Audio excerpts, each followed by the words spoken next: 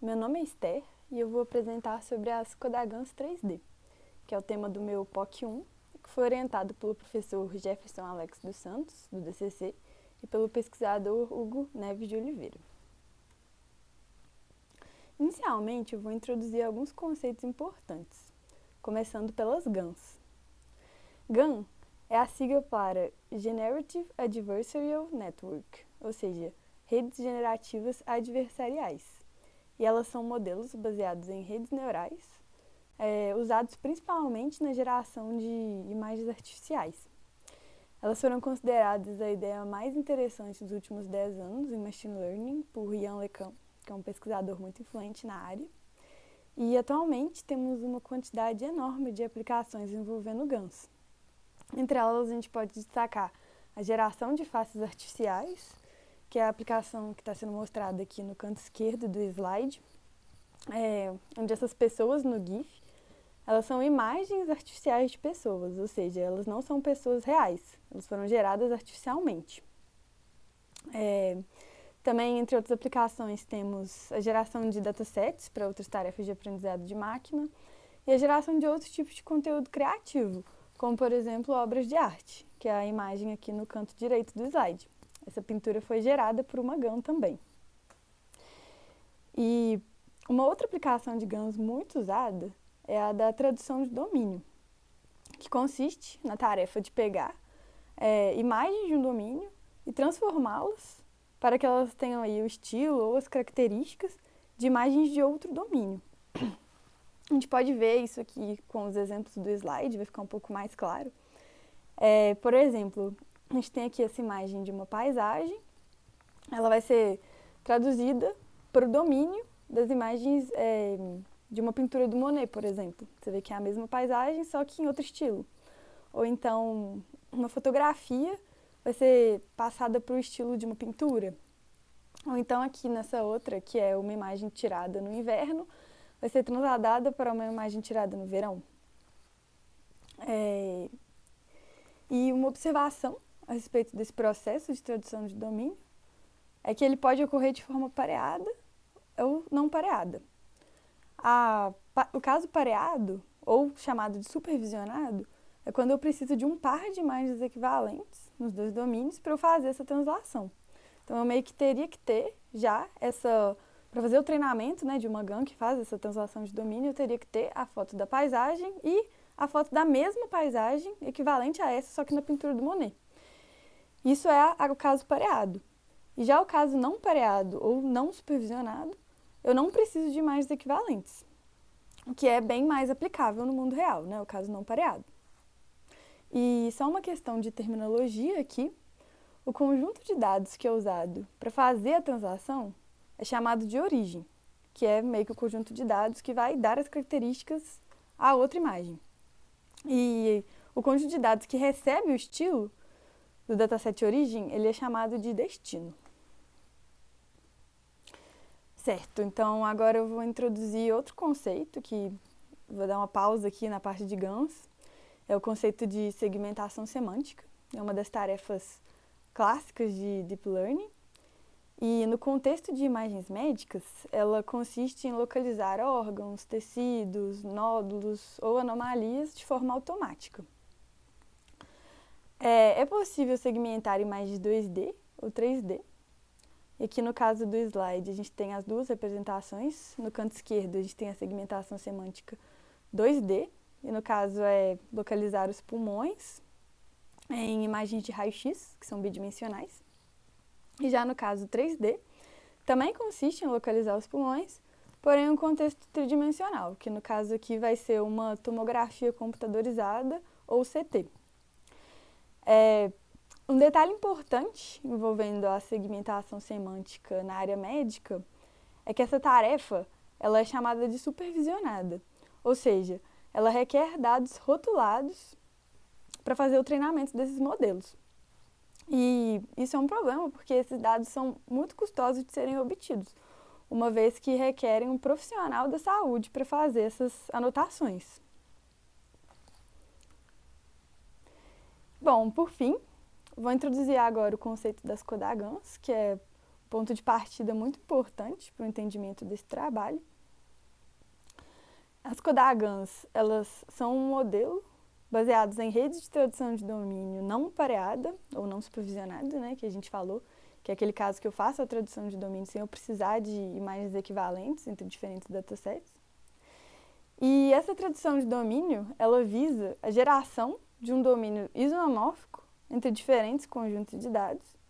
E assim, é possível treinar um modelo supervisionado, no caso uma U-Net, para fazer a segmentação semântica desses vários conjuntos de dados, sendo eles rotulados ou não rotulados.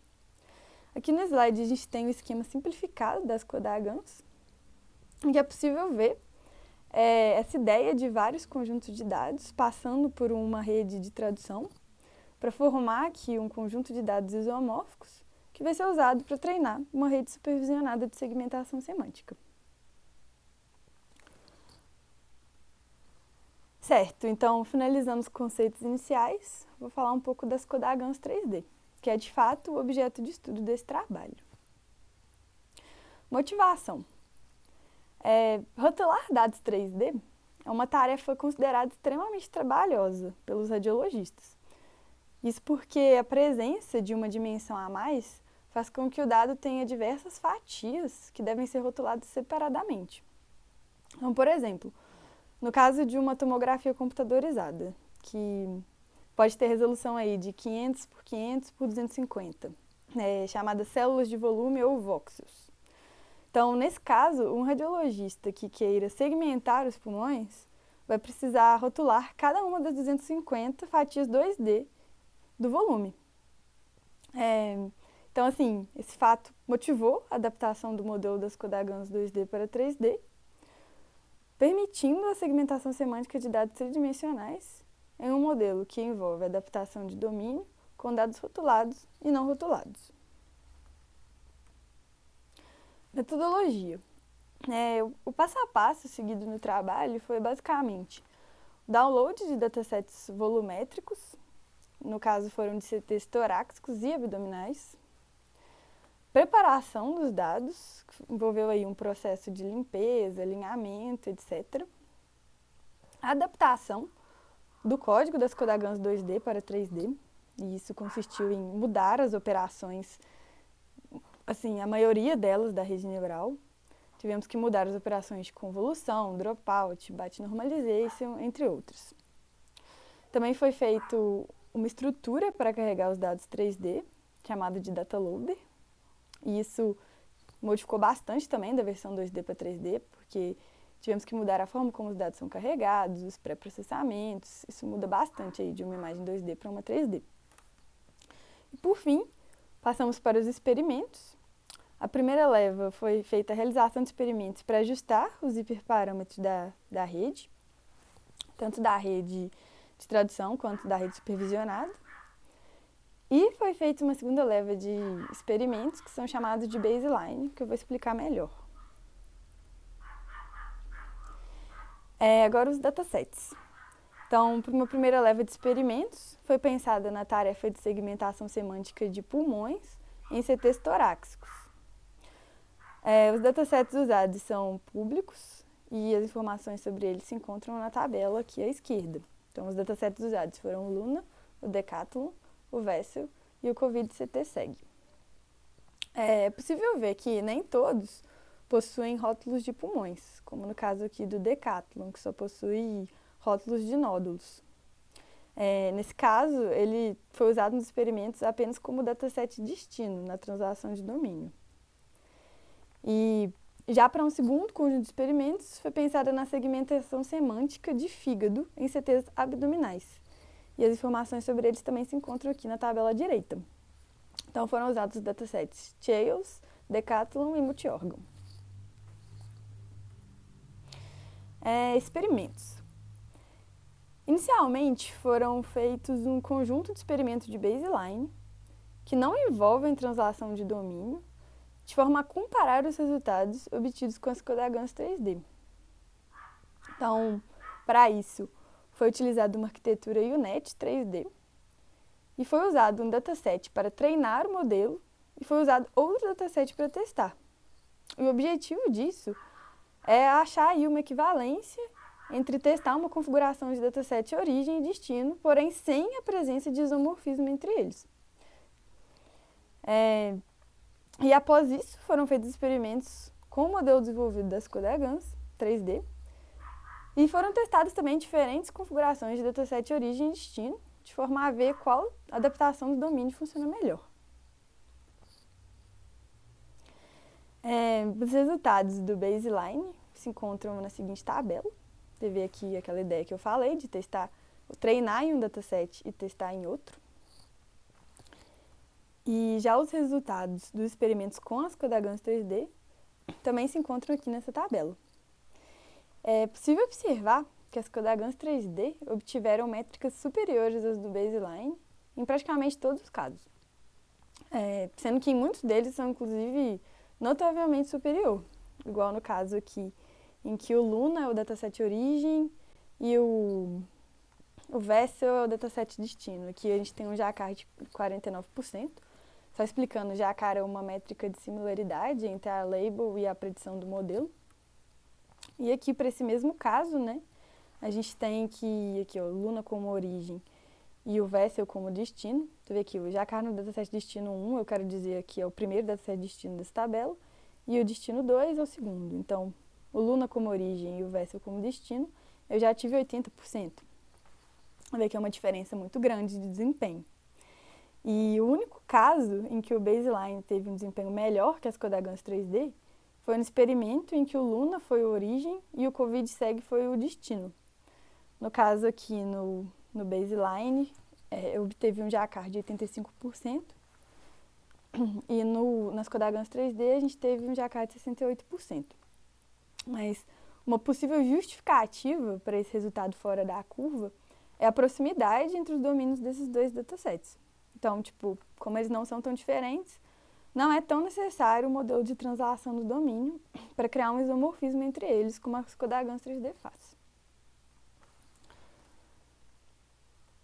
Aqui nesses próximos slides, temos os resultados visuais da segmentação semântica 3D obtidos pela Skoda-Ganz 3D.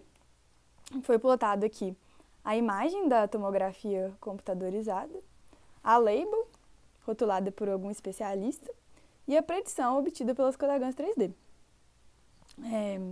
Aqui no caso a gente tem o Covid e CT-Seg como origem, e nessa primeira parte aqui à esquerda o Vessel como destino e o Luna como destino.